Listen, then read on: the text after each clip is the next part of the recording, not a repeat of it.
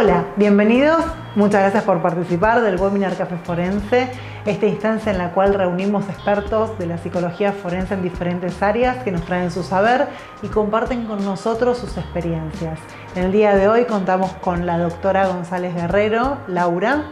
Ella es psicóloga sanitaria, psicóloga forense, una de las más grandes referentes en la Facultad Complutense de Madrid, y nos va a hablar acerca justamente de uno de los temas que ella trabaja y lleva a cabo como docente en la universidad, que es el testimonio de las víctimas de abuso sexual infantil, tomando como puntos esenciales los mitos, los desafíos y las buenas prácticas. Te invito a quedarte y escuchar a la doctora. Y al final del video, si querés dejar tus comentarios, puedes mandarnos por mail a info@universi.com. Muchas gracias por estar.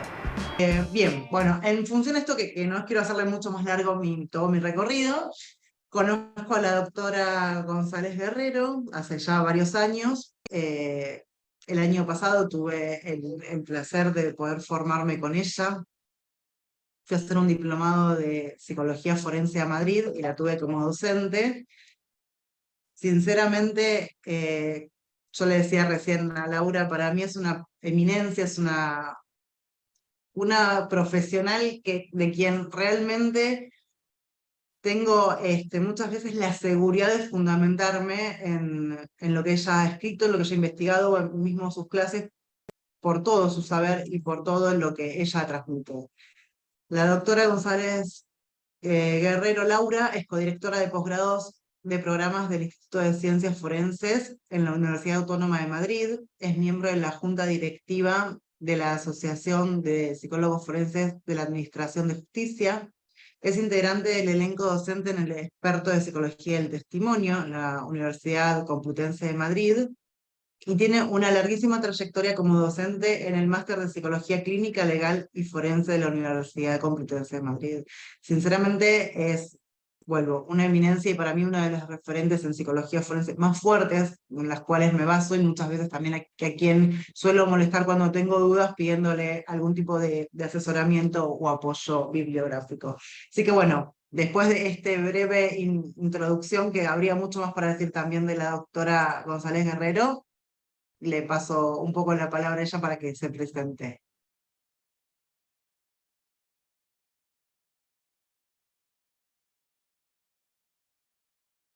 No sé si... Activa el audio. Ahora sí, Cecilia, estaba hablando para mí misma, creo, porque no tenía reactivado el audio. Ahora sí, pues buenos días allí a todos. Aquí acabo de terminar mi jornada de mañana y estamos comenzando la tarde. Ha sido una mañana complicada, como tantas en el juzgado donde yo trabajo. Yo estoy en el Instituto de Ciencias Forenses de Madrid y como tantas jornadas, ¿no?, hemos atendido casos de maltrato infantil. Lamentablemente, una de las demandas más habituales, creo que en cualquier punto de nuestro mundo, ¿no?, a nivel internacional, una de las demandas más habituales. Muchas gracias por la presentación, Cecilia. Para mí es un placer acompañaros hoy en este café. Mira, realmente me he traído mi café aquí y me acompañará en esta tarde, ¿no? Cuando me propusiste estar reunida aquí tomando este café entre tantos colegas, creo que hay colegas psicólogos, operadores jurídicos, estudiantes, pues me pareció un estupendo plan de café, ¿no? Un café muy interesante, sobre todo porque lo diriges tú, Cecilia. Has hablado de mí contando lo que te aporto a ti, pero es que tú estás aportando un montón. Te lo dije cuando te hemos conocido aquí. Eres arrolladora en fuerza, arrolladora en profesionalidad, porque sobre todo hay algo que muchos de los que te estamos conociendo, ¿no?, valoramos, que son tus ganas de hacer bien las cosas y de hacer las cosas basándote en evidencia científica sólida, que me lo vais a ir repetir muchísimo aquí, pero es que para nosotros, sin duda, creo que para todos los que trabajamos en el contexto forense debería ser la premisa básica desde la cual trabajemos. Evidencia científica. Esto no es lo que a mí me parece, ¿no?, que tengo que decir, esto no es lo que yo creo. ¿Cuántas veces vamos a ratificar un informe pericial? ¿Cuántas veces estamos ante un tribunal, ante un juez, o hay abogados que nos preguntan señora perito, ¿a usted le parece, o con la experiencia que tiene, qué opina sobre...? Es que esto no es una cuestión de lo que yo opine, o sobre lo que me parece, o sobre lo que dice mi experiencia, ¿no? Vamos a hablar solamente sobre lo que la evidencia científica sí que nos dice. Y ¿sabéis qué? Que esto es una tarea complejísima, muy difícil. Como decía antes Cecilia, llevo trabajando muchos años en el contexto forense. Cuando me quedo a dar cuenta, bueno, no, en el ámbito público llevo casi 2 décadas, pero contando el ámbito privado ya llevo más de 2 décadas trabajando en el contexto forense y aparte en la investigación y la docencia. Podría decir que después de todos estos años me siento mucho más cómoda en este área del que vamos hoy a hablar, testimonio de víctimas de abuso sexual infantil. Pero quiero deciros, muy a pesar quizá de estudiantes o de algunos que empezáis ahora, que esto no se hace más sencillo según cuanta más experiencia vamos cogiendo, porque es una tarea muy compleja, porque tiene muchas consecuencias para las posibles víctimas y también los encausados. Así que no por más conocimiento tenemos que confiarnos más, no por más conocimiento tenemos que dejar de formarnos, porque la ciencia cambia, la ciencia va avanzando. Esto es lo que de alguna forma define la ciencia, y lo que yo aprendí hace 20 años ahora mismo está obsoleto. Si yo me mantuviese solamente en esto, cuando llegase a un tribunal, un buen perito contratado por otra parte o para hacerme un contraperitaje, ¿no? Me dejaría la cara colorada con toda la razón, ¿no? Un perito o cualquiera de los que, ya no solo peritos, todos los que estéis aquí, que quizá estéis conectados por distintos intereses, ¿no? Como decíamos, estudiantes, operadores jurídicos, todos los que de alguna forma vamos a tener la responsabilidad de acercarnos al fenómeno del abuso sexual infantil, tenemos que encarar esto con absoluta profesionalidad y responsabilidad. Tenemos que saber lo que podemos hacer y también, muy importante, lo que no podemos hacer. Entonces, bueno, desde este prisma y con toda la humildad que os digo, que a pesar de los años trabajando en esto, no creo que pueda decir que ya sé todo, que estoy muy segura, creo que son los casos más complicados que abordamos, y mira que tenemos casos complicados en el contexto forense, ¿no? Homicidios muy complejos, causas realmente graves en ocasiones, pero como la valoración del abuso sexual infantil, creo que no me encuentro tanta complejidad. Dicho esto, Y justamente me pareció algo importante de comentar, más allá de que, si bien obviamente esto no es una clase, sino que es justo el nombre lo dice, el café forense, donde si bien va a haber una presentación que va a aportar la doctora, pero un poco esto de la introducción del por qué también, cuando hablamos, que yo le propuse a Laura hacer el café, fue bueno, ¿qué título? ¿Qué le ponemos? ¿Cómo lo podemos hacer? Y bueno, y por ahí Laura era, bueno, pero a ver, pensémoslo más desde las necesidades de argentino, lo que vos palpás o lo que vos estás viendo, y algo que realmente, y el por qué lleva el nombre, por qué lo pensamos así, tiene que ver con la cantidad que está enlazado a lo que viene hablando Laura, de mitos que existen sobre esto, la cantidad de malas prácticas por justamente desconocimiento, falta de formación, que es lo que dice Laura. Es lo como que en el año 2012 hice mi maestría en evaluación y psicodiagnóstico, y si no me hubiera actualizado, no hubiera hecho todo lo que hago, hoy por hoy tampoco podría tener el conocimiento que tengo para llevar a cabo mi tarea como perito de parte o como consultora técnico, como asesora. Entonces es necesaria esta formación, es necesario justamente ver qué es lo que pasa con los mitos, qué es lo que pasa con los desafíos que tenemos por delante y cuáles son las buenas prácticas que tendríamos que llevar adelante. No es un título al azar ni es un título que estaba ya pensado porque se usó, sino es un título pensado a nuestro contexto y realmente a nuestras necesidades. Yo formo parte de un grupo de peritos forenses que son más de 250 de toda la Argentina. A su vez tengo un grupo de investigación de 35 colegas que estamos llevando a cabo con el doctor Santamaría, que muchos estuvieron también en una charla que dimos, y esta falta de formación es una de las cosas que más se observan. Y son muchos de los temas que vamos a ver en el corto tiempo también que tenemos con Laura. Perdón, la interrupción, pero ahí, no, no, ahí ya te Cecilia, dejo. no es ninguna interrupción, porque efectivamente esto es un café, ¿no? Este es un café.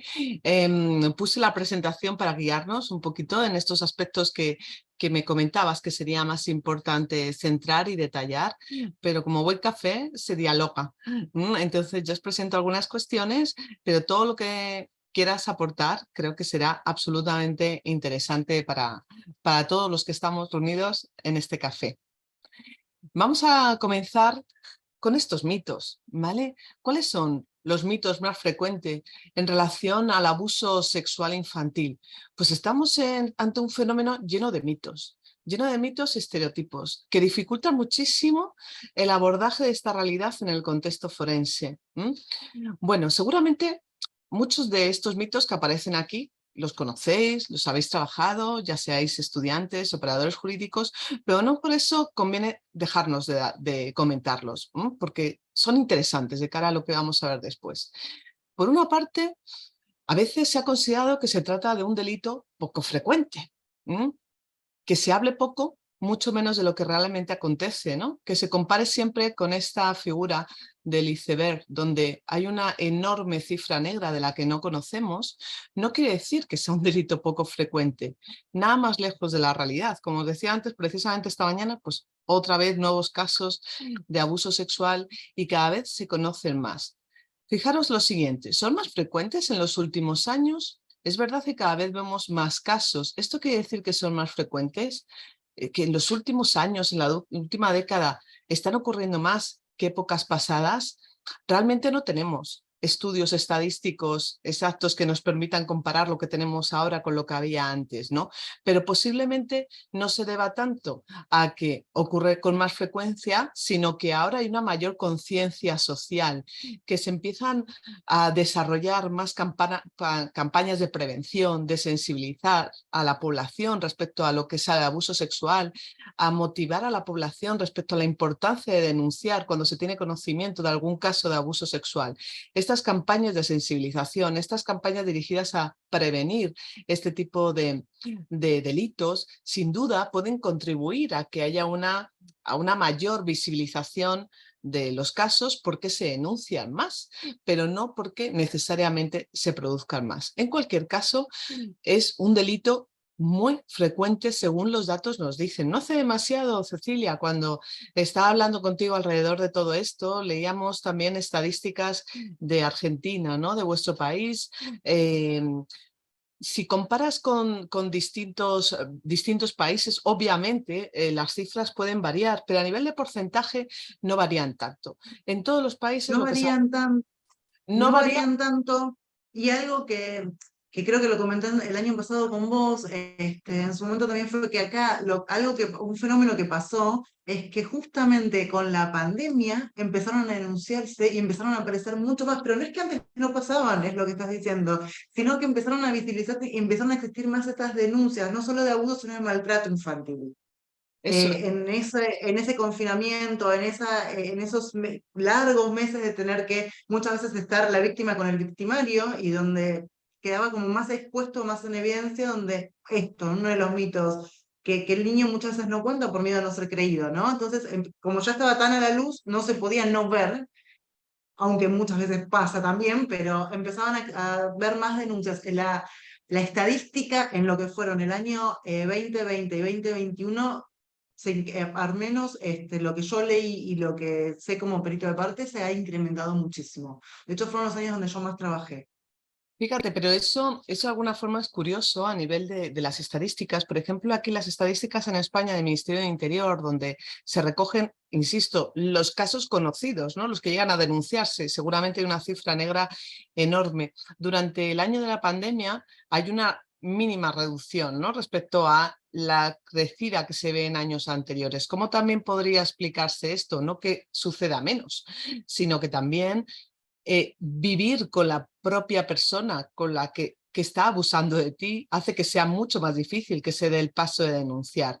¿Cuándo se producen a veces las revelaciones? ¿Cuándo la víctima se atreve a denunciar? En ocasiones cuando se siente segura, en ocasiones cuando ha pasado tiempo, en ocasiones cuando ya no convive, cuando pues se trata de si es el progenitor el que ha abusado de ella o de él, cuando los padres se separan. Por eso esto también hace que sea más complejo, porque a veces esa separación se utiliza para decir que el testimonio no es creíble porque es por venganza, por el malestar, es decir, influyen ahí muchas variables, ¿no? Sin querer adelantar cuestiones, fijaros, ¿no? Hablábamos de un delito que es muy frecuente.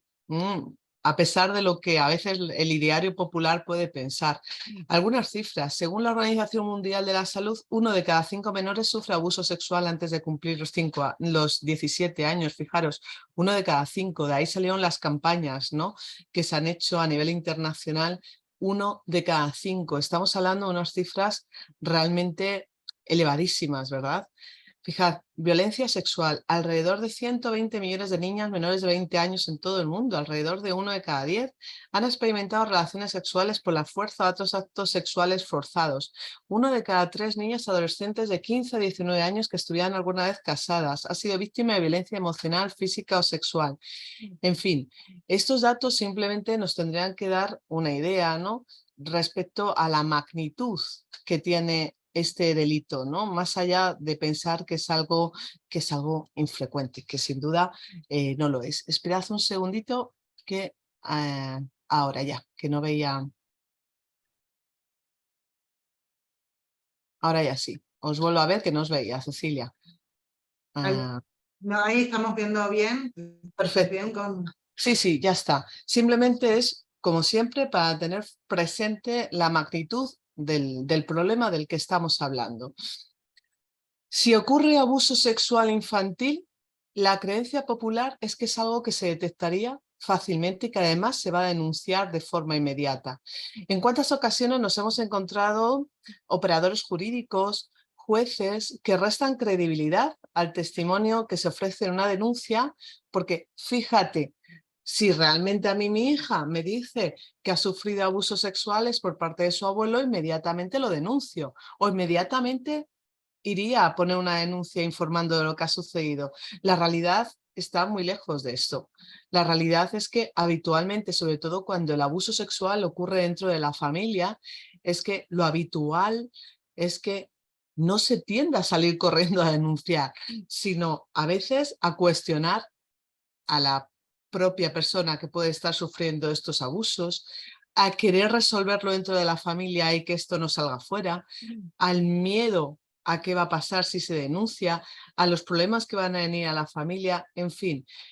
Dos cosas. Por una parte, la dificultad en la detección, incluso cuando ocurre dentro del seno familiar, a pesar de que la gente y operadores jurídicos que trabajan en el ámbito piensan que si ocurre se detecta fácilmente.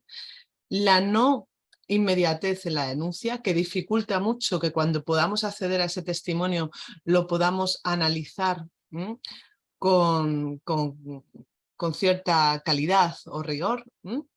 El incesto ocurre en familias desestructuradas y de bajo nivel sociocultural, de nuevo, nada más lejos de la realidad. El abuso sexual en niños, niñas y adolescentes ocurre en cualquier estrato sociocultural y económico. No es nada que esté asociado a ningún tipo de estrato cultural. Quizá lo que ocurre es que a veces hay menos registros estadísticos que relativos a determinados estratos, pero esto no quiere decir que no ocurra. Los casos que vemos pertenecen a todos los ámbitos económicos y culturales. El agresor sexual es una persona con un trastorno mental y desadaptación funcional. Esto me interesa muchísimo que nos quede claro, porque hace unos años, de hecho, era un tipo de pericia que se nos pedía con cierta regularidad. Y aquí lo que hay que estar es bien formado y contestar. Vamos a ver, que la persona que yo tengo que valorar, imaginemos que tiene cierta patología, tiene una psicopatología e incluso imaginemos que tenga una parafilia. ¿Esto quiere decir que esta persona ha podido cometer la ofensa sexual de la que se le está acusando? No. Quiere decir que en el caso de que lo haya cometido, a lo mejor se puede valorar una merma en su responsabilidad criminal, si es el caso, si hay una relación entre la psicopatología y el delito. Nada más. Pero nada quiere decir acerca de que haya hecho o no los hechos, porque es que nos puede ocurrir al revés. Si esto se utiliza para tratar de demostrar que esta persona ha cometido o no los hechos, es absurdo, porque podemos encontrar un ofensor sexual con una vida absolutamente, aparentemente normalizada, sin ningún tipo de psicopatología, que tiene su propia familia, que tiene su trabajo, que tiene su vida aparentemente normalizada. ¿Esto quiere decir que no ha cometido la ofensa sexual por la que se le está juzgando? Ni mucho menos. Quiere decir que en el caso de que lo haya cometido, no tiene ninguna merma de responsabilidad criminal asociada a ningún tipo de psicopatología. Y esto vuelve a poner otra vez el foco en la complejidad de este tipo de delitos, porque el juez lo que se va a encontrar con frecuencia es un ofensor o un acusado de delito sexual aparentemente con una vida normal, sin psicopatología, frente a una víctima que a veces es un niño, una niña, un adolescente, a veces vulnerable, a veces incluso con algún tipo de problema, con discapacidad intelectual, con padres que se acaban de separar, y encontramos el testimonio de un adulto frente al testimonio de un niño o de una niña, un adolescente, y esto complica bastante las cosas, porque el ideario Vos sabés, popular, Lau, que sí, algo que en base a lo que estás diciendo, algo que pasa mucho también acá en Argentina, justamente, que uno de los puntos de pericia, uno de lo que más se enfoca es al perfil del agresor, como si el agresor tuviera un perfil determinado. Y lejos de eso, porque esto que estás planteando vos, ¿cuánto psicópata integrado hay?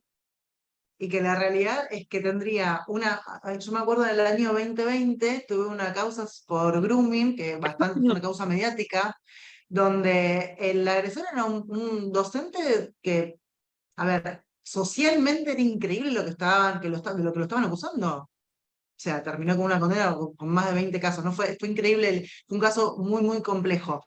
Pero esto, ¿no? Que el juez lo primero que, bueno, el perfil del agresor, como si hubiera un único perfil donde podríamos apuntar y que, bueno, listo, está puntuado, te aparecen tales indicadores, está el perfil. No, no, perdón. efectivamente, el perfil, trabajar sobre los perfiles puede ser interesante para otras cuestiones distintas, ¿no? Lo que decíamos, por ejemplo, si tenemos que valorar la existencia de psicopatología de cara a la valoración de la imputabilidad, si tenemos que recomendar medidas terapéuticas, en el caso de ya tratamientos penitenciarios, medidas alternativas, o a nivel de estudios de investigación, ¿no? Y de prevención, en fin, pero no para acreditar o no los hechos que se están investigando.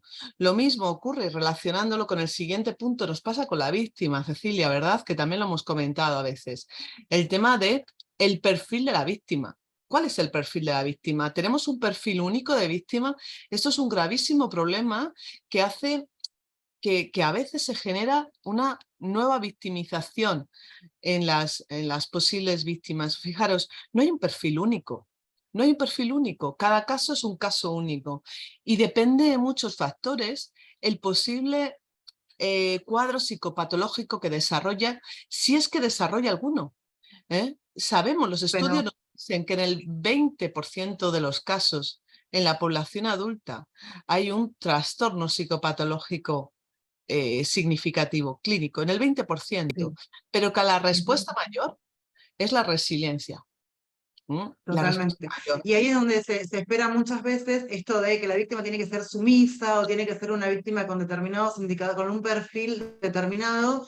¿Y qué pasa con las personas que tienen un trastorno límite de personalidad que también fueron víctimas de abuso? ¿Qué pasa con las personas? O sea, no hay un perfil único y no significa que cuando no hay patología no hubo abuso.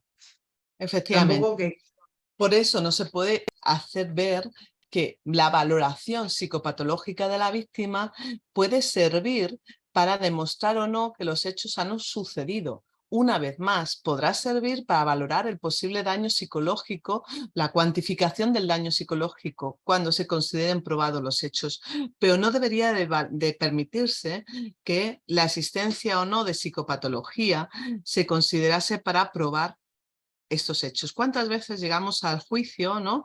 Llegamos a ratificar y nos dice algún abogado: señora perito o señores peritos, ustedes han dicho en su conclusión segunda que la niña no presenta ninguna psicopatología. Es así, ¿verdad?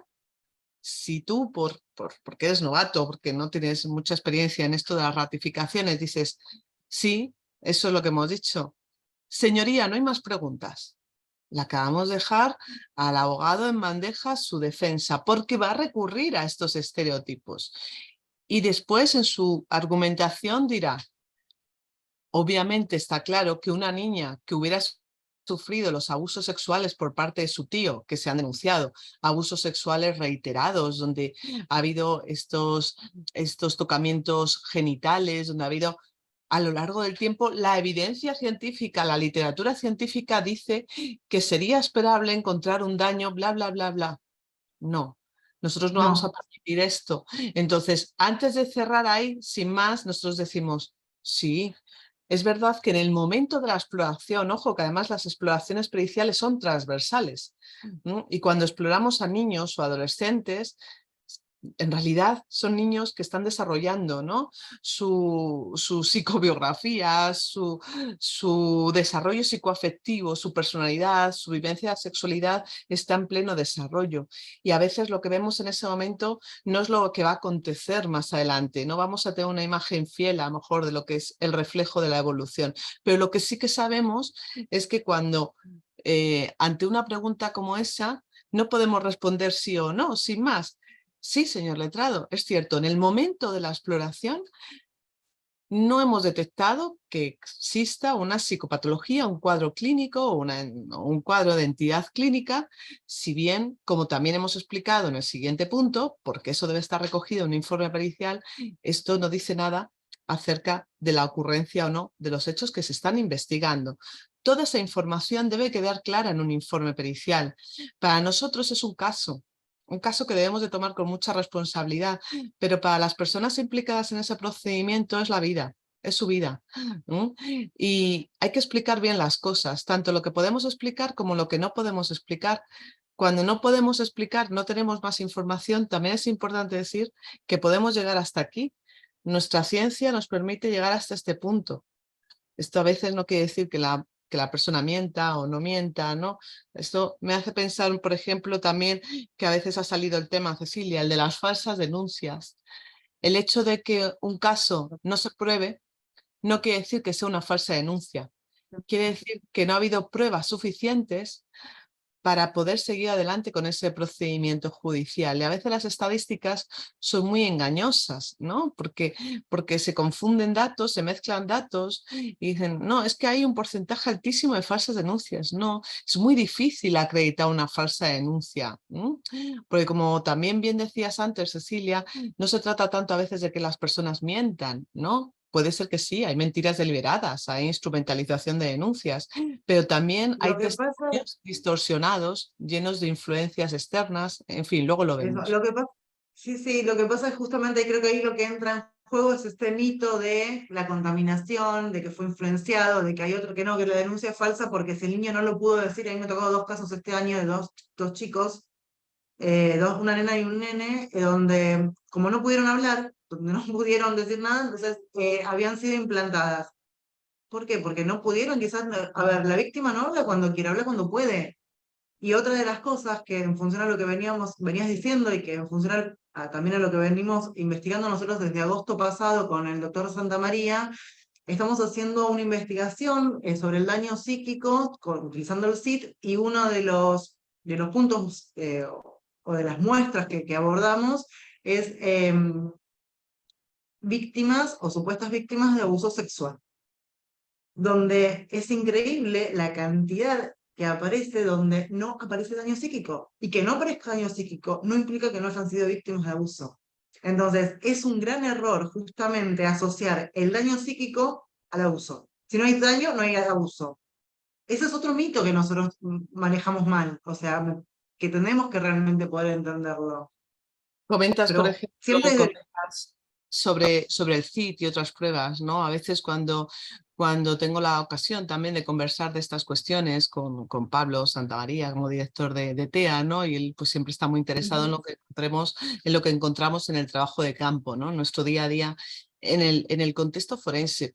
Pues yo siempre les pongo mi preocupación por la simulación de síntomas también en presuntas víctimas. A lo largo de estos años he visto víctimas de situaciones muy graves.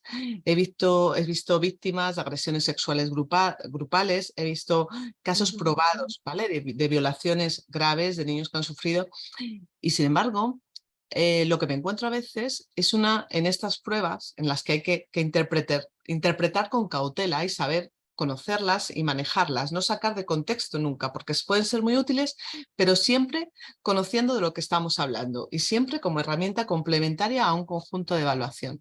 ¿Por qué a veces la simulación de síntomas? Porque hay víctimas que sienten que no son creídas si no manifiestan sintomatología postraumática. Por ejemplo, porque el ideario popular, la gente ajena a la materia, puede pensar que alguien que ha sufrido un abuso sexual reiterado o una violación debería necesariamente padecer un trastorno por estrés postraumático. Lo que sabemos a ciencia cierta es que el TEP no es la respuesta mayoritaria que aparece, no es la respuesta habitual. Sin embargo, el ideario popular, la gente desde fuera puede pensar, es que si ha sufrido una violación, tiene que estar incapacitada para salir a la calle, no puede salir. Lau, no solamente el ideario, el juez en los puntos de pericia nos pide que demos cuenta del daño. O sea, no es simplemente el ideario. Lo grave me parece de esto es que sea el juez el que te lo pone como punto de pericia y que como profesionales muchas veces nos quedemos sin la respuesta o en una encrucijada sin tener los elementos suficientes para fundamentar el por qué no hay un daño y eso no significa que no haya sido una víctima de abuso. Pero en realidad sí que la literatura científica explica muy bien esto, ¿no? Por eso no nos podemos quedar con los estereotipos, ¿no? Los estereotipos sirven pues para investigar, para hacer generalidades, pero no para el caso único que tenemos que analizar. Y fijaros, a veces, por ejemplo, yo he trabajado mucho en psicoterapia también, tanto con víctimas de agresiones sexuales como con agresores. Una de las cosas que precisamente era más difícil a veces de trabajar con las víctimas eran sentimientos de culpabilidad. Pero fijaros, ya no solo por todo lo que se dice acerca de la culpabilidad, de la posible participación en el delito que siente la víctima, a veces he visto víctimas que se sienten culpables por no tener sintomatología postraumática y porque de alguna forma se sienten mal consigo mismas porque han estado bien, porque han podido tener pareja después, porque han podido seguir con sus estudios, con su trabajo, ¿no? Estigmatización. Estaría muy bien, ¿no? Dar a conocer a la sociedad que a veces los factores de protección, la necesidad de supervivencia de la persona, sus propios recursos personales son más fuertes que el desarrollo de una psicopatología.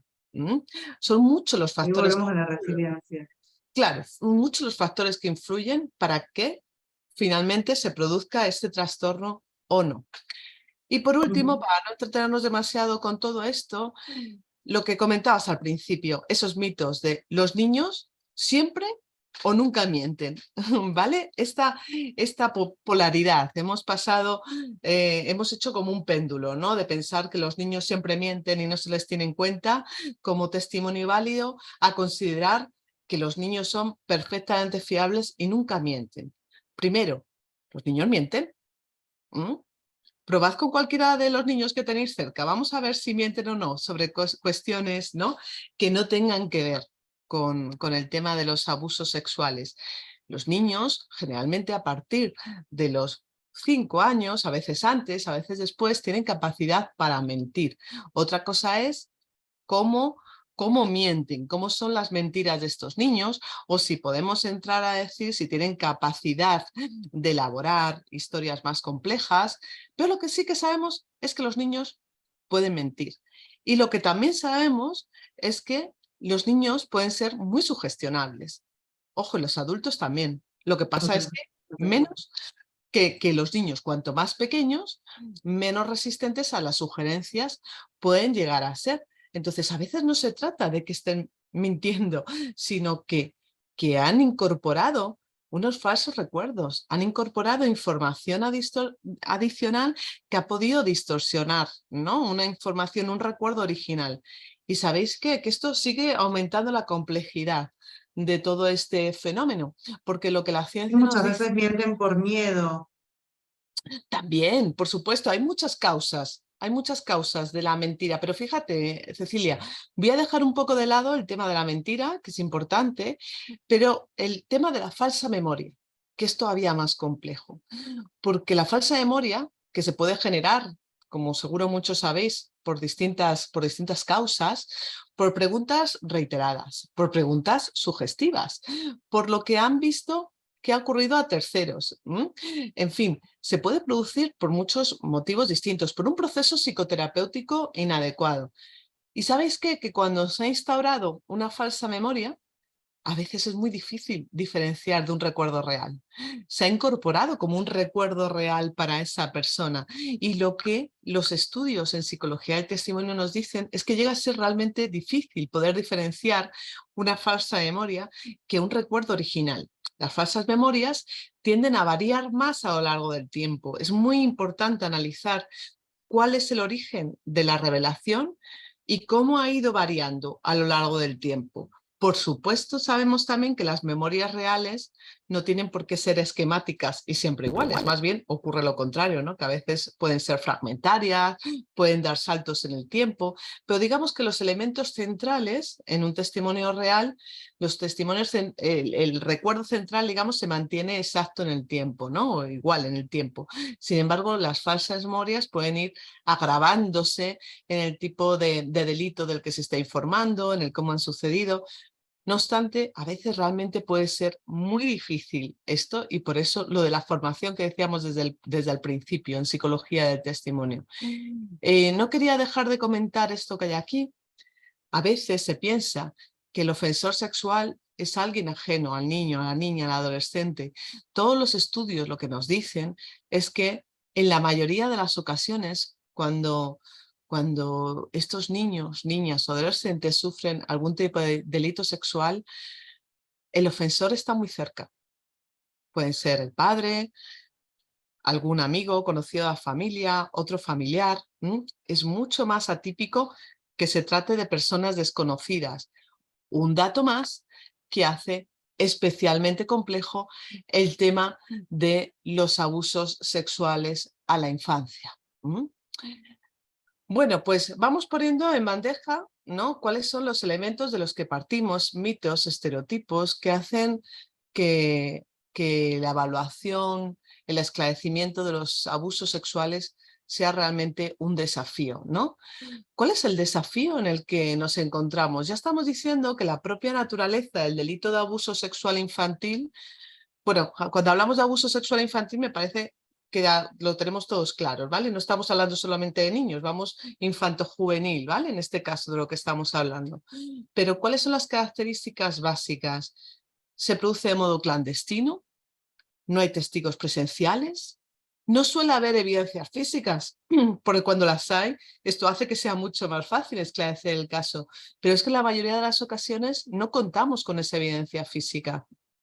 No hay una violencia como tal física, no hay unas lesiones que se puedan ver. La dilación en la revelación tan habitual, ¿no? Desde que han ocurrido los hechos hasta que se denuncia, a veces pasan años. O denuncian en la edad adulta, de ahí que ahora también se ha trabajado tanto a nivel legal para quitar la prescripción de este tipo de delitos. Otra cosa es que se puede hacer después con ese testimonio, ¿no? Pero bueno, habitualmente no se denuncia inmediatamente. Cuando es el abuelo el que está abusando de ti, cuando es papá, cuando es el tío, cuando es un vecino cercano, no es lo habitual querer denunciarle, querer que se vaya a la cárcel, porque lo habitual es que haya una ambivalencia afectiva con esa persona, una preocupación por lo que le va a pasar, una preocupación por lo que va a pensar el resto de la familia al decirlo. Víctimas vulnerables frente a adulto, lo que decíamos antes, ¿verdad? Un adulto que en la mayoría de los casos aparentemente no tiene ningún problema ni ninguna desadaptación. Lo habitual también es el contexto del menor que niega la existencia del abuso, sobre todo cuando es a nivel intrafamiliar. Intentamos encontrar explicaciones, pero tú seguro que ha ocurrido esto. ¿No sería que lo has malinterpretado? ¿No sería que eres tú el que estaba...? Generalmente se tiende a negar, es lo primero que ocurre.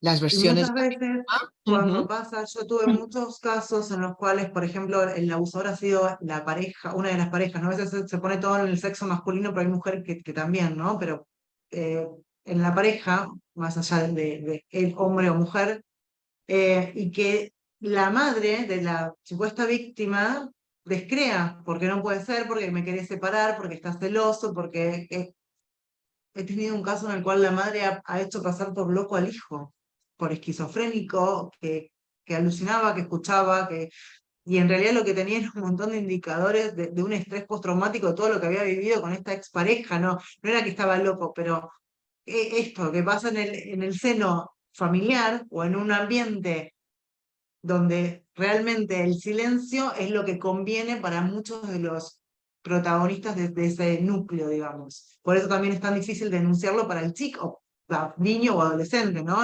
En este caso, por ejemplo, pasaba que el niño no podía denunciarlo, lo termina diciendo una empleada doméstica que veía cuando la madre no estaba lo que pasaba.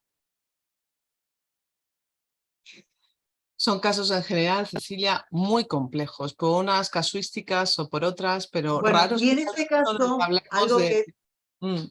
algo que no me quedó, no me acuerdo bien, no me queda claro cómo es, por ejemplo, en España, con respecto al tema de los tiempos. Por ejemplo, acá lo que se cambió en función a la ley es que se puede denunciar de niño, después prescribe a partir de los 18 años, hay 10 años más para la prescripción. Por ejemplo, en este caso ya se había pasado, y lo que se estaba pidiendo era un juicio por la verdad. O sea que la persona ya no puede ir preso, ya no hay una pena, digamos, de privación de libertad para el victimario, pero existe el juicio por la verdad, donde de alguna forma la víctima también puede llegar a tener algún tipo de reconocimiento en función a esto que le ha sucedido. No, eso no me acuerdo en España cómo funcionaba con los tiempos.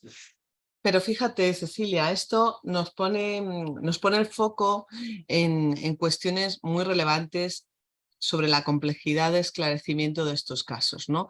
Si siempre insistimos, si en las formaciones insistimos, ¿no? En todos los operadores jurídicos, cuando formamos a operadores jurídicos, de la absoluta relevancia, de la inmediatez de coger el testimonio, ¿no?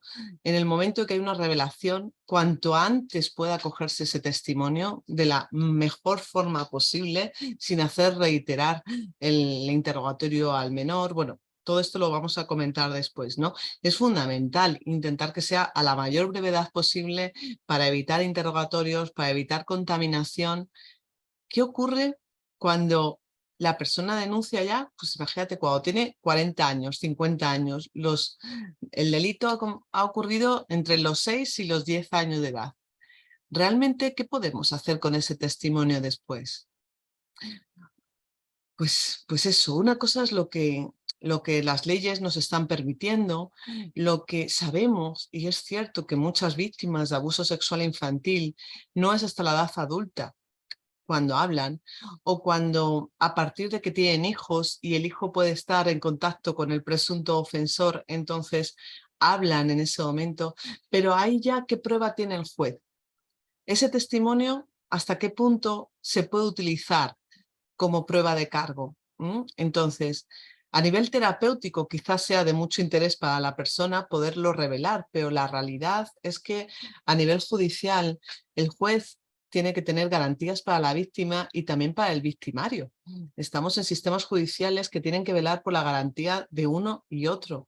Entonces ahí se hace todavía mucho más complejo poder esclarecer Que lo que haya. justamente que ya casi que no van a quedar indicadores, que en el caso este lo que termina pasando es que se hace una pericia en el cuerpo médico forense donde no se hallan, el informe, las conclusiones, lo que termina definiendo es que no existe ningún indicador compatible con lo que fue un abuso sexual infantil, a pesar de que esto, por ejemplo, este caso, se anima a denunciar porque esa persona termina abusando del sobrino de él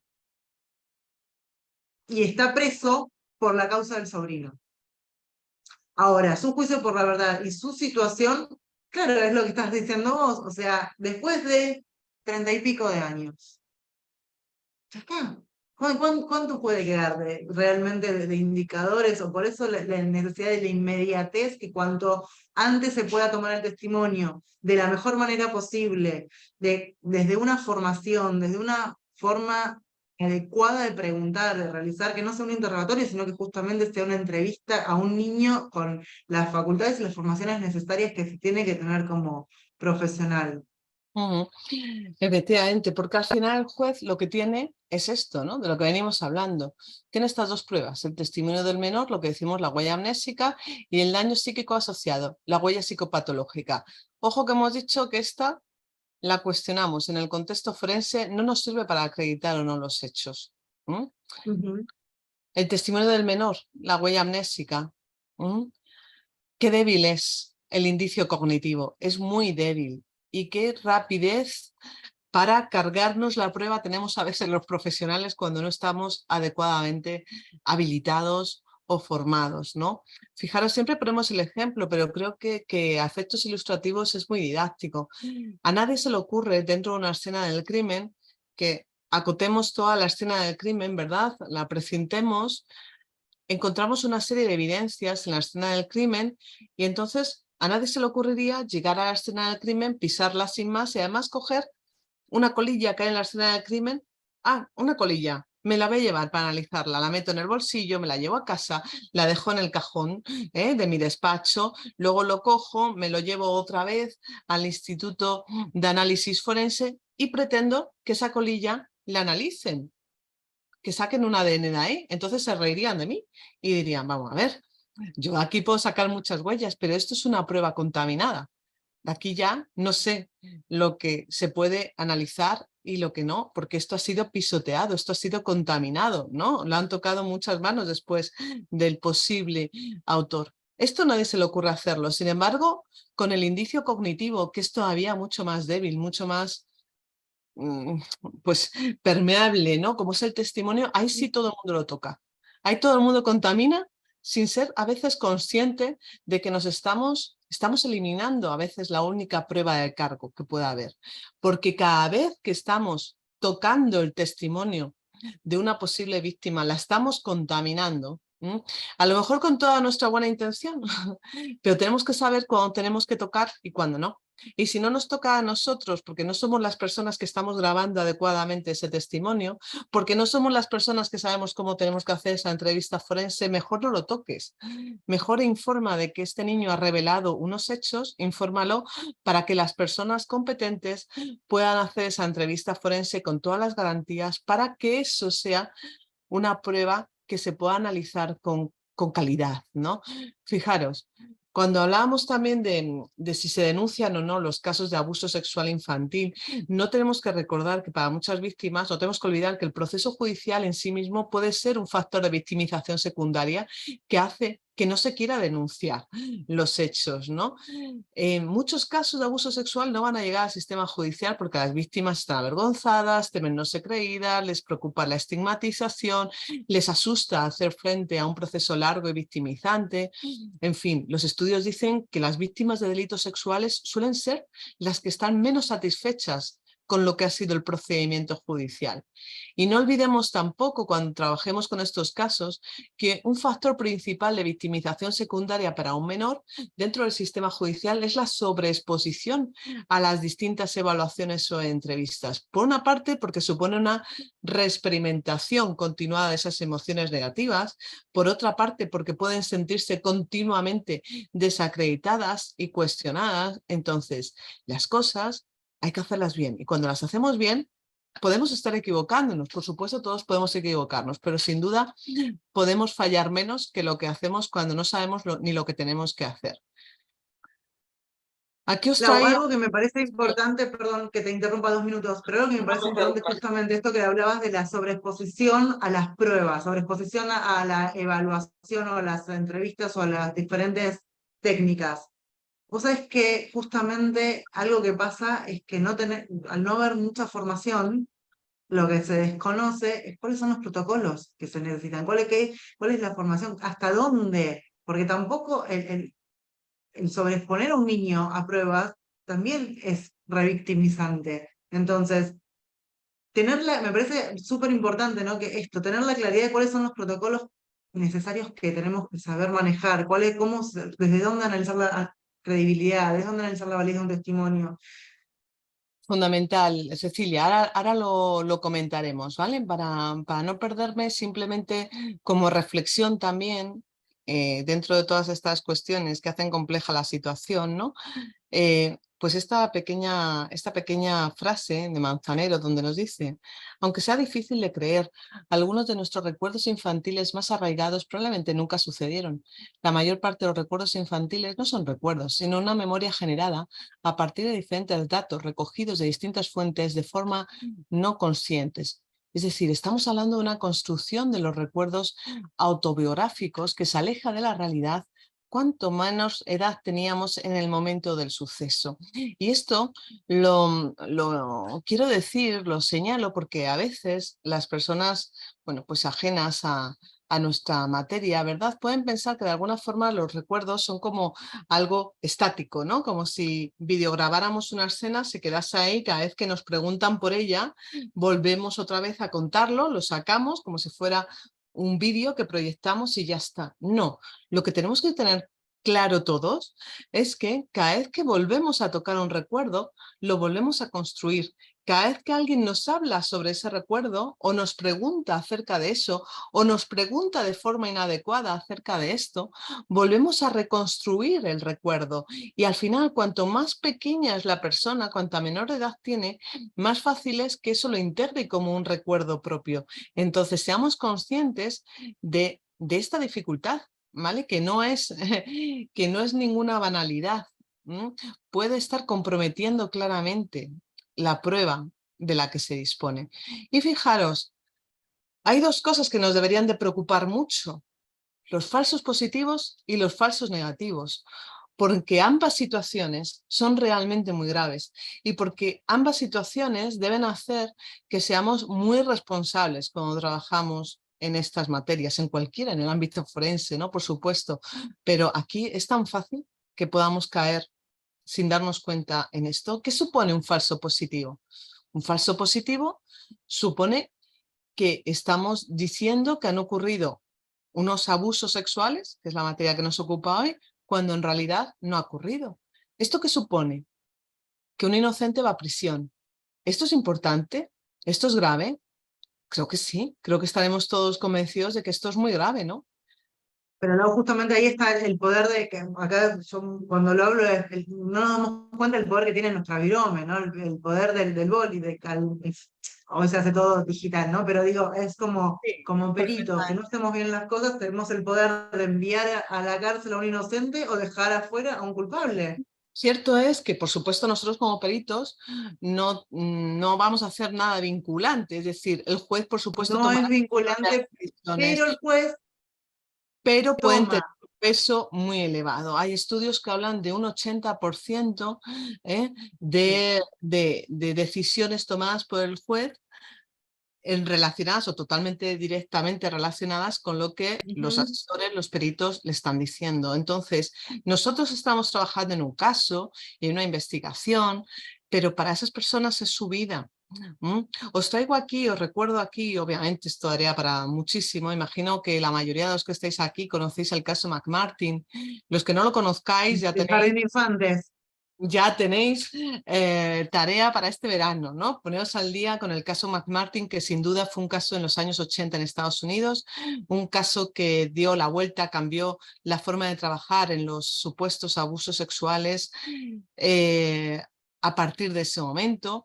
Todo el foco de atención que se desarrolló en el caso McMartin se centró en cómo se hicieron, cómo se obtuvieron los testimonios de esos niños. Estamos hablando de niños muy Ujú. pequeñitos, ¿vale? Una guardería, niños muy pequeñitos, alrededor de los 4, 5 años, como mucho.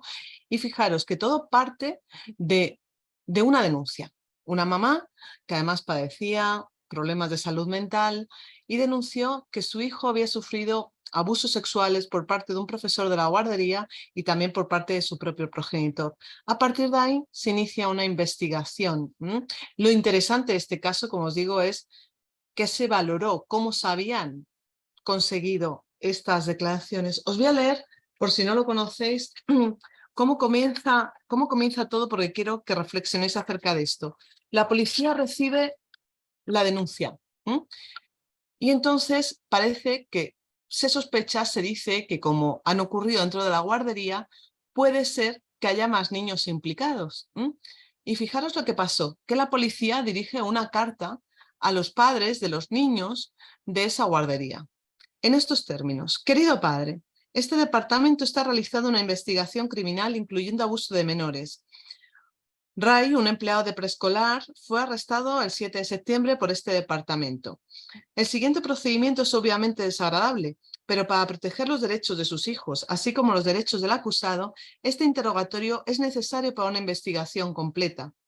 Los registros recientes indican que su hijo fue o es actualmente un estudiante en la guardería preescolar. Estamos pidiéndole su asistencia en esta continua investigación. Por favor, interrogue a su hijo para ver si él o ella ha sido testigo de un crimen o si él o ella ha sido víctima.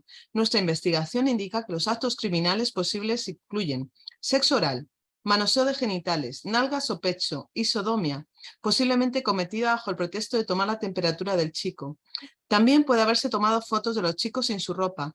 Cualquier información de su hijo relacionado con alguna vez haber observado a Ray retirarse del aula solo con un chico durante el periodo de siesta, o si alguna vez observaron a Ray atar a un chico, es importante. Por favor, complete el formulario de información adjunto y reenvíelo a este departamento con la carta con estampilla adjunta tan pronto como sea posible.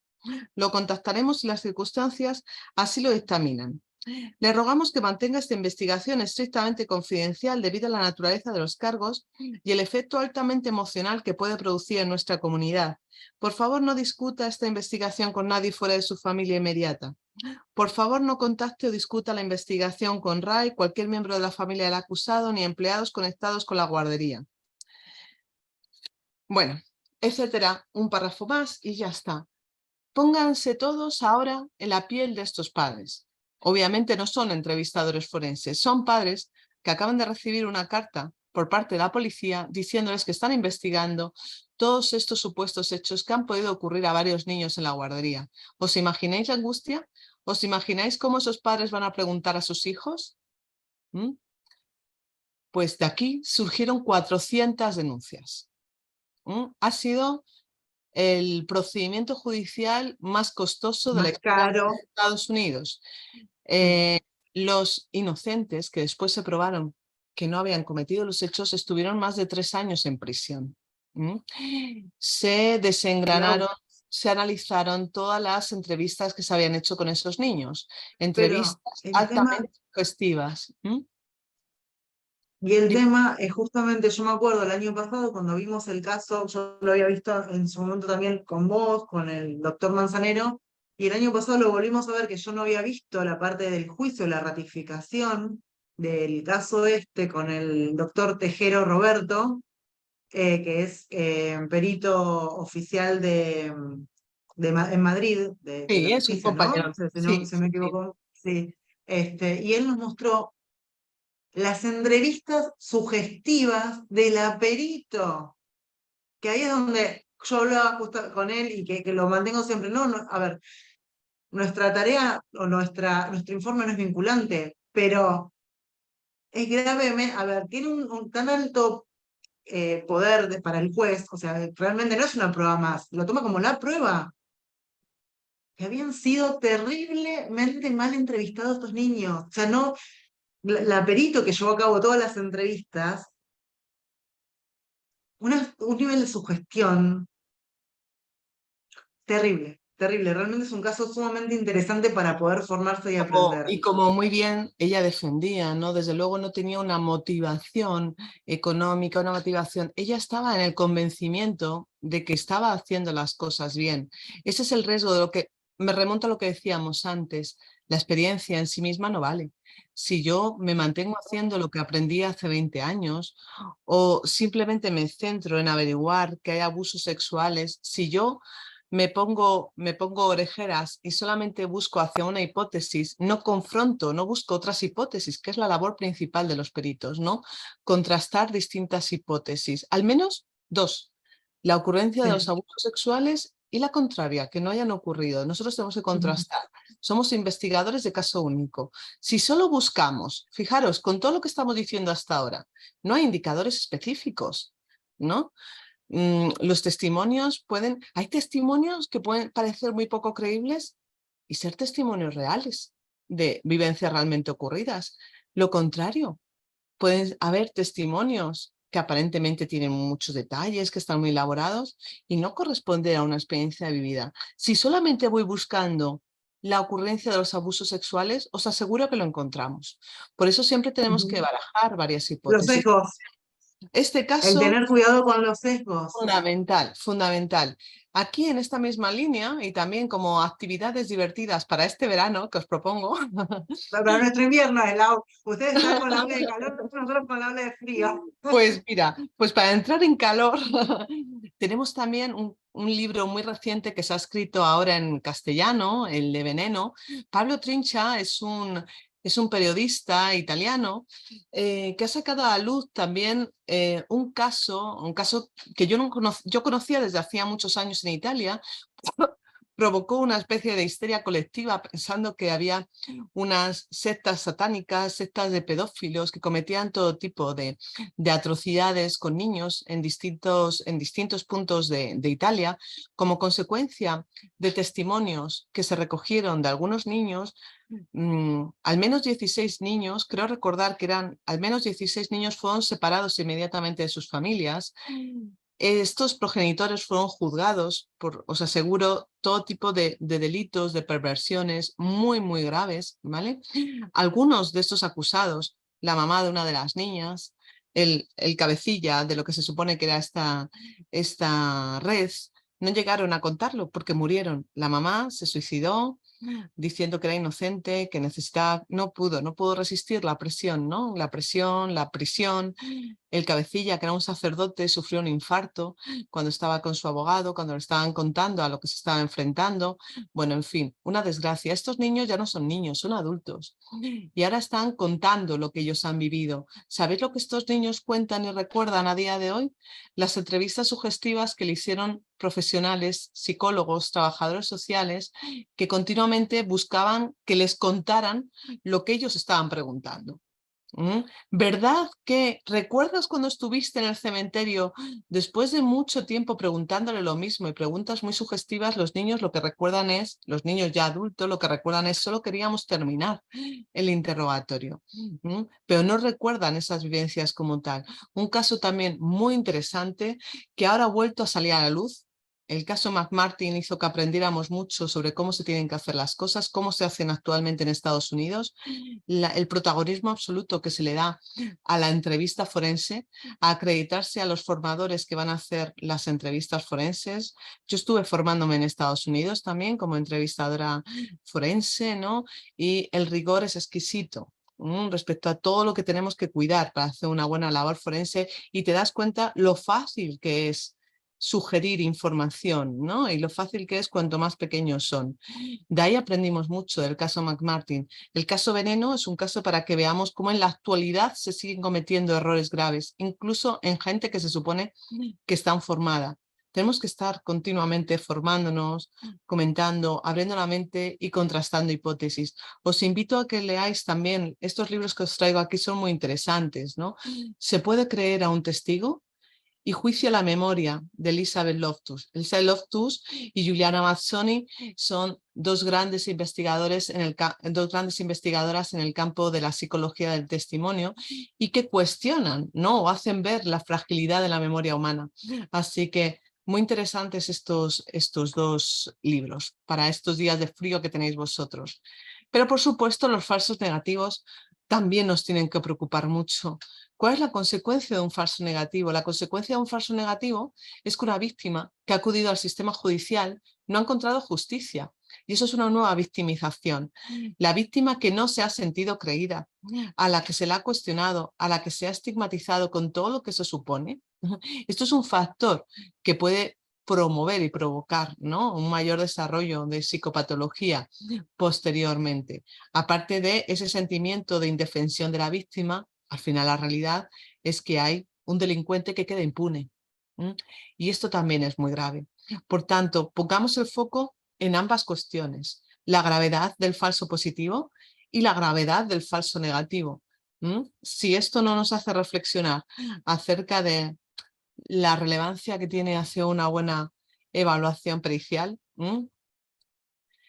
Y por último, sin duda tenemos que hacer hincapié en las buenas prácticas. lo hemos repetido desde el principio, ¿no? Práctica basada en la evidencia científica. Hay tanta investigación proveniente de la psicología del testimonio, del desarrollo evolutivo, de la psicología forense y jurídica en general. Estas buenas prácticas, insisto aquí porque lo resalto, porque a veces se equivoca, ¿no? La práctica basada en la evidencia científica no es la eminencia científica. Hay personas que con la coraza de tener cierto estatus, cierto reconocimiento, parece que lo que digan ellos, como ellos lo han dicho, como esta persona, no, evidencia científica no es eminencia científica. De hecho, poca eminencia es la persona que no sigue la evidencia científica. Así que no equivoquemos a veces, porque la persona lleve muchos años trabajando, puede ser que esté obsoleta, porque tenga cierto prestigio en un campo, eso no quiere decir. Hay veces que acuden a los juicios personas que además cobran unas barbaridades ingentes por hacer una pericia, por el hecho de que son psicólogos, psicólogas conocidos, ¿no? Psiquiatras, psiquiatras conocidos que salen en televisión, y parece que por ser eminencia reconocidas, no, esto no es de lo que estamos hablando. De lo que estamos hablando es de evidencia científica. El sentido común, la buena disposición, no ayuda a nada. La gente que intervino en el caso McMartin, en el caso de Veneno que os presentaba, ¿no? O en tantos otros casos que hemos conocido, no es que quisieran provocar una falsa memoria a esos niños, no, creían estar haciendo las cosas bien, pero esto no es suficiente. ¿Cuántas veces un profesor se pone a interrogar a un niño, un profesor o una profesora, porque cree que es lo que tiene que hacer? No lo hace con mala intención. Lo malo es que cuando un profesor le ha preguntado, después se lo dicen, cuéntaselo ahora al jefe de estudios. No, ahora vamos a llamar al director. Ahora se lo vamos a contar a servicios sociales. Y ahora se lo vamos a contar al médico. Y a veces, cuando nos llegan a nosotros, a los peritos que tenemos que analizar ese testimonio, el niño lo ha contado 8, 9, 10 veces, si no más. A personas que con toda su buena intención han querido recoger el testimonio del niño. Si no estamos preparados para hacerlo, no lo hagamos. Ahora, bueno, en Estados Unidos ya sabéis que están las casitas de los niños, ¿no? En los National Child Advocacy Center, ¿no? Lo que pretenden hacer Y es es el proyecto de Barnaus también ahora lo contamos, todo parte del modelo americano, donde se pretende que en un centro único, en un servicio único, se recoja todo el trabajo de investigación en abuso, maltrato infanto-juvenil, para evitar precisamente esto, que haya que hacer un recorrido, que lo que va haciendo ese recorrido es que se pierda la prueba más importante que tenemos, que es el testimonio. Este modelo, con sus pros y sus contras, ¿vale? Pero sobre todo el pro importante es la insistencia en hacer una buena entrevista forense, en que la gente sepa cómo tiene que interrogar o no. Esto se ha importado también a distintos países. En el caso de Europa fueron primero los países nórdicos con los Barnahus, las casitas de los niños, ¿no? Donde empezó a implantarse un sistema muy parecido. La idea es la misma, con sus matices, obviamente que no tenemos tiempo para desarrollar aquí, con sus matices, pero la idea siempre es la misma, que hay una entrevista única. En España se están empezando también a incorporar los Barnahus, hay distintas comunidades autónomas que ya como proyecto piloto lo han incorporado. Yo siempre insisto lo mismo, no es tan importante la casita en sí misma, como que haya una buena coordinación entre los profesionales y quien tiene que hacer la entrevista forense sepa qué pasos tiene que hacer y qué pasos no tiene que hacer. Y hasta dónde puedo llegar yo cuando cojo la información y hasta dónde tengo que llegar y decir, bueno, esto simplemente es la recogida de información básica.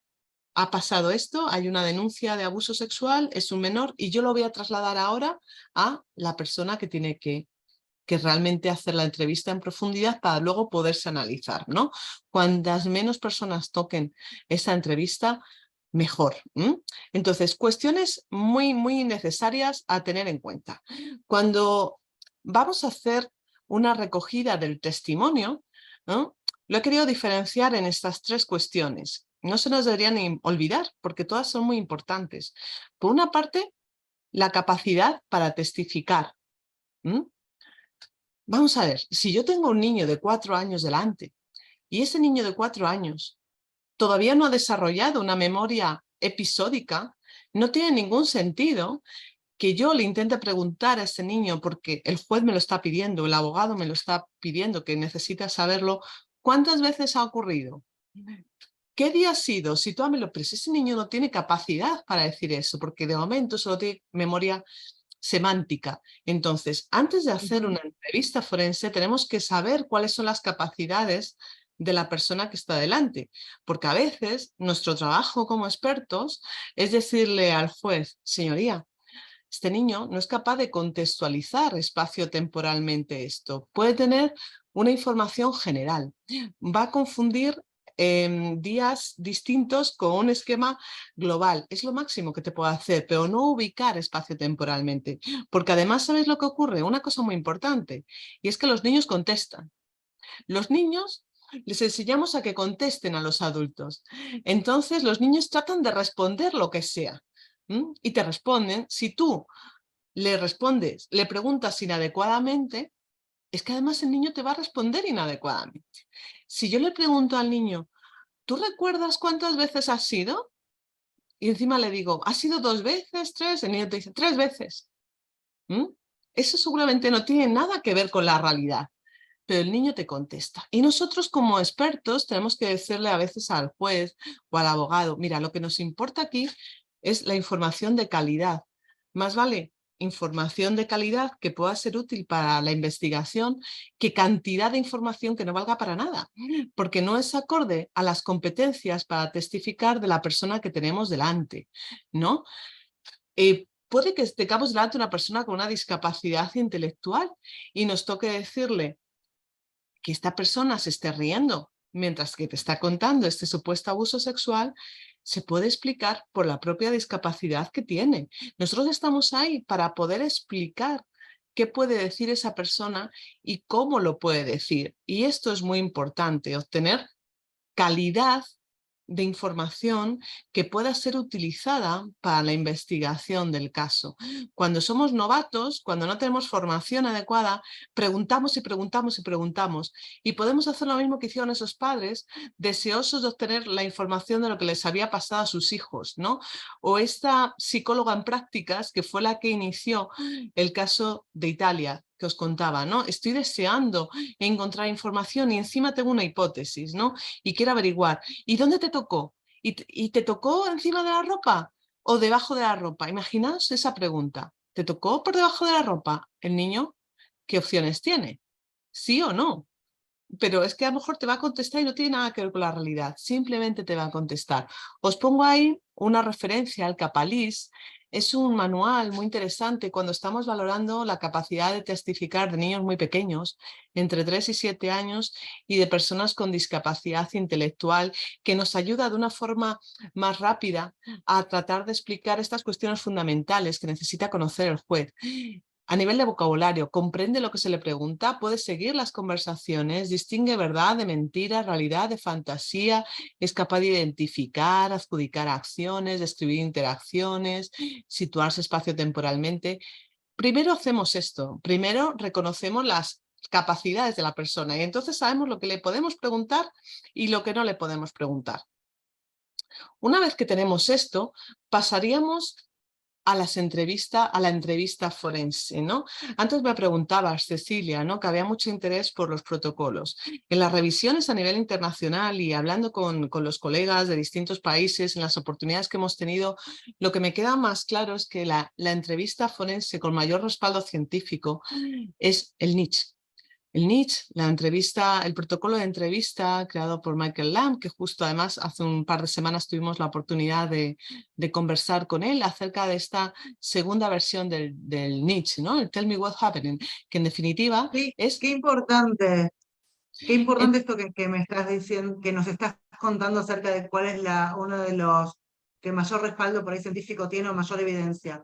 Vos sabés que estuve hace 20 días con el doctor Puello también y me comentó, que siempre en función a, cuando los consulto es, necesito que me ayuden a cómo dar respuesta a los jueces, ¿no? Cómo como experta le puedo explicar, hacer entender eh, por ahí que el hecho de que un protocolo no tenga, porque mismo los protocolos para evaluar o analizar validez y credibilidad del doctor Manzanero, tampoco tienen toda la evidencia científica. Y es algo que se cuestiona muchísimo, pero es con lo que primero salen. Entonces, yo le comenté esto un poco también al doctor Puello Antonio, que es un catedrático, director de la Universidad de Barcelona, Y él me decía, mira, nos reunimos con el doctor Manzanero y nos reuní con alguien más del equipo y tratamos de hacerle entender al juez y no te das una idea de lo difícil que fue. Yo pensaba, pucha, si fue difícil para ustedes acá, ¿cómo camino tengo allá?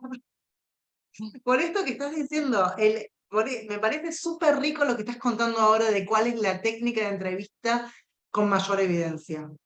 Súper rico, porque no sabes el camino difícil que tenemos acá. Bueno, esta es la entrevista que a nivel internacional más se utiliza en la mayoría de los países, ¿vale?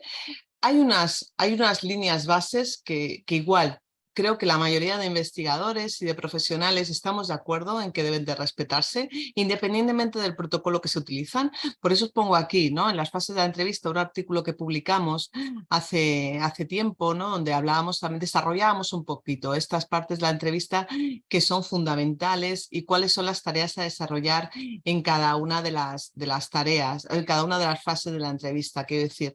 Y esas fases hay que respetarlas siempre. El más desarrollado, como os decía, era el protocolo NICH. En esta segunda versión, digamos, que hace Michael Lamb, insiste mucho en prestar atención al componente emocional de la persona a la que estamos entrevistando. Insiste mucho e insistiremos todos mucho en la importancia del rapport, del desarrollo del rapport. A veces me dice un juez, Laura, ¿cuánto tiempo necesitas antes de que empecemos con...? Bueno, pues el tiempo que necesita el niño, ¿vale? Y es muy necesario insistir sobre esto. Y yo insisto, ¿tú quieres que obtengamos un testimonio? Vamos a sentar las bases para obtener un testimonio. La persona tiene que sentirse en confianza, tiene que entender lo que vamos a hacer. A veces esto se hace muy rápido y otras veces necesitamos más tiempo. A veces la persona está afectada emocionalmente y no es el momento para hacer una entrevista forense, porque esa persona tiene derecho a poder dar la información con toda la precisión posible, ¿no? Entonces, bueno, el rapport, establecimiento del rapport fundamental, ¿no? Y el profesor Lamb de nuevo nos insistía mucho en esta segunda versión en prestar atención, ¿no? A todo el componente emocional, a respetar los silencios, a respetar los tiempos, a respetar las reacciones emocionales que puedan aparecer durante la entrevista. Fijaros que para mí es muy importante y también cotejamos, ¿no? con el profesor Lamb, prestar atención antes de empezar la entrevista y luego durante la entrevista lo recordaremos todas las veces que sean necesarias, sobre todo cuando estamos hablando con niños pequeños, con mayores también, que también es importante siempre decirles las normas de entrevista, siempre, pero cuanto más pequeños, ¿no? Y también con personas con discapacidad. Fijaros, estos son básicos que no pueden faltar. Cada pregunta debe ser respondida, eso lo creen los niños, incluso si no la Ujú. entienden. Le vamos a explicar.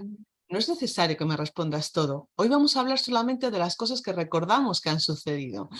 Las cosas que tú sabes. Yo muchas veces con los niños les digo, ¿cómo se llama mi perro? ¿No? Mientras que jugamos, mientras que dibujamos, cuando vamos estableciendo el rapport, que siempre les doy pues un dibujo que vamos coloreando y de esta forma, o el capalís, cuando son muy chiquititos, yo voy prestando atención a cómo ellos hablan, cómo se manejan. Y yo les digo, ¿y cómo se llama mi perro? ¿Tú te lo sabes? No sé, o sea, seguro que han dicho todo tipo de nombres, ni siquiera sabiendo si tengo o no tengo perro. Pero dicen, bueno, no hemos quedado en que solo vamos a contestar hoy a las cosas que realmente sepas. ¿Cómo se llama mi perro? Y me vuelven a decir otro nombre. No hemos quedado en que hoy solamente vamos a contestar las cosas. Ese entrenamiento es necesario porque los niños necesitan saber que pueden no responder, que pueden no saber la respuesta y no pasa nada, eso está bien. Los niños están acostumbrados a que tienen que responder, a que tienen que dar una respuesta. Cada pregunta que den es correcta o incorrecta. Vamos a insistir en que yo no sé lo que ha pasado, de lo que van a hablarme, yo no lo sé, lo saben ellos, ¿no? Y lo que me contesten, está bien, yo no lo sé, ¿no? Entonces, estas cuestiones que parecen poco relevantes son muy relevantes para el niño.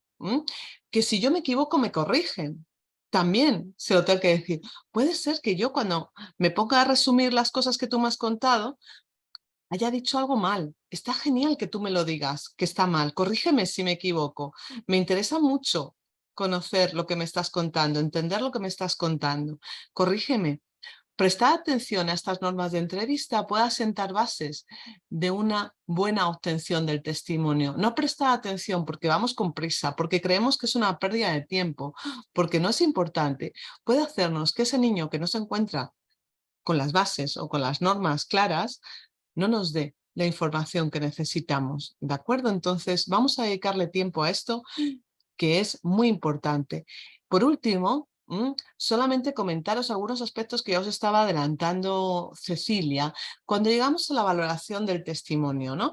Yo lo que quiero resaltar siempre es que no olvidemos que cuando valoramos los testimonios, en realidad lo que estamos haciendo es contrastar las distintas hipótesis que pueden estar explicando un testimonio. Las mínimas, como decíamos, el relato corresponde a una experiencia vivenciada o el relato corresponde a una experiencia no vivenciada. Pero fijaros, no corresponde a una experiencia vivenciada. Lo mínimo que vamos a poder tener, que se trate de errores no intencionales o que se trate de una mentira deliberada.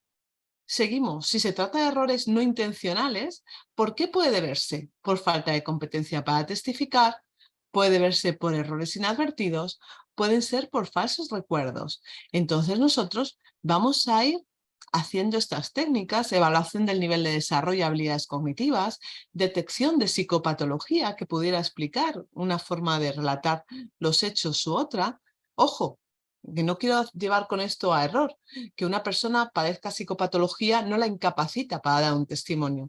Simplemente tenemos que conocer cómo influye esa psicopatología en la forma de entender los hechos que hayan podido ocurrir o cómo lo puede verbalizar. No quiere decir que no tenga competencia per se para declarar, ¿vale? Cuando estamos hablando de errores inadvertidos, vamos a analizar todos los factores de riesgo de la percepción y de la memoria, factores de influencia de la memoria. Cuando hablamos de falsos recuerdos, decíamos la importancia de analizar desde el origen del recuerdo hasta ahora, la evaluación de factores post suceso, quién la ha interrogado, cómo se la ha interrogado, de qué forma. Vamos a tener acceso, vamos a intentar recabar toda esa información. La mentira deliberada, que decimos, se puede producir por muchos motivos distintos, ¿no? Para eso vamos a analizar la consistencia o no de las declaraciones y generalmente aquí se recomienda la aplicación de la CBCA. Técnica sin duda muy cuestionada en algunos países. En algunos, como Alemania, por ejemplo, está incluso incorporado en las leyes la aplicación de estas técnicas. Aquí en España sigue siendo una demanda muy habitual. En otros países directamente, por ejemplo, Italia también está totalmente desterrado el uso de esta técnica. Seguramente porque se ha aplicado mal durante mucho tiempo, porque se ha entendido Acá está cuestionado. el análisis del testimonio era la aplicación del CBCA y es mucho más, como estamos viendo, ¿no?, que todo esto, pero una mala formación llega a una mala actuación profesional y se ha aplicado muy mal. Hay muchos estudios que muestran lo mal que se ha aplicado la técnica. Entonces, en muchos países, por ejemplo, en Estados Unidos, también me quedó claro, o en Italia me quedó claro, que aquí la labor de los peritos es obtener un buen testimonio y decirle al juez si ese testimonio es un testimonio con suficiente calidad como para ser utilizado como medio de prueba. Y a partir de ahí, el juez o el tribunal que decida cómo valorar la credibilidad de ese testimonio en conjunto con el resto de pruebas. Pero el perito no debería pronunciarse más allá que esto. En otros países, aquí en nuestro país, por ejemplo en España, siguen pidiéndonos pronunciamiento sobre la credibilidad del testimonio. Cada vez tendemos más a hablar sobre la calidad del testimonio, más que credibilidad como tal del testimonio. Y para eso, muy recomendable el libro de mi colega Antonio Manzanero y José Luis González, ¿verdad? Como obtención y valoración del testimonio, donde ahí se desarrolla la metodología de trabajo HELP. El HELP es simplemente una forma de estructurar toda esta información, ¿no?, que estábamos diciendo aquí que sería necesaria para poder analizar un testimonio. Fijaos qué tarea más compleja, para que luego haya gente que piensa que esto es hacer un check-in de Mm, criterios y ya está. Es una labor Claro, muy compleja. yo he visto informes donde están los 19 ítems Eso y es una tildado. barbaridad. Sí, Eso no. es una Es, barbaridad. entonces, ¿cómo no va a Una perder credibilidad barbaridad la técnica? y O sea, ¿cómo? no tiene calidad ninguna para ser utilizado así en un contexto forense. Es una labor No, muy pero es lo que compleja. dice, que es lo que dijo Entonces, justamente en uno lo de que sus es últimos cierto es seminarios, Montonero. desde la psicología del testimonio podemos aportar muchas cosas. Tenemos mucha información para decir acerca de la posible influencia obtenida en el análisis y poder decir que si hay factores que están influyendo o no en el testimonio. Entonces, fijaros todo lo que se puede decir. Con todas las limitaciones también tenemos que saber hasta dónde podemos llegar. Hay veces que no podemos aplicar, por ejemplo, o más bien os diría que en la mayor parte de ocasiones no podemos aplicar la CBCA. pero tenemos que saberlo y eso está bien, eso es una buena práctica. Decir, no se puede aplicar, es una buena práctica, es un asesoramiento adecuado al juez. Si yo por querer contestar lo aplico porque creo que así dejo más redondo todo mi informe, estoy haciendo una mala práctica, estoy asesorando mal y no debemos de perder nunca de vista la gravedad tanto de un falso positivo como de un falso negativo, ¿no? Entonces... Bueno, una vez terminado nuestro café forense, espero que haya sido de utilidad, que te haya servido todo lo que escuchaste. Fue de mucho valor lo que nos deja la doctora González Guerrero. Y bueno, vamos a tener nuevas instancias de formación con otros colegas, así que como siempre te esperamos para que puedas escucharnos y ser parte de nuestra comunidad.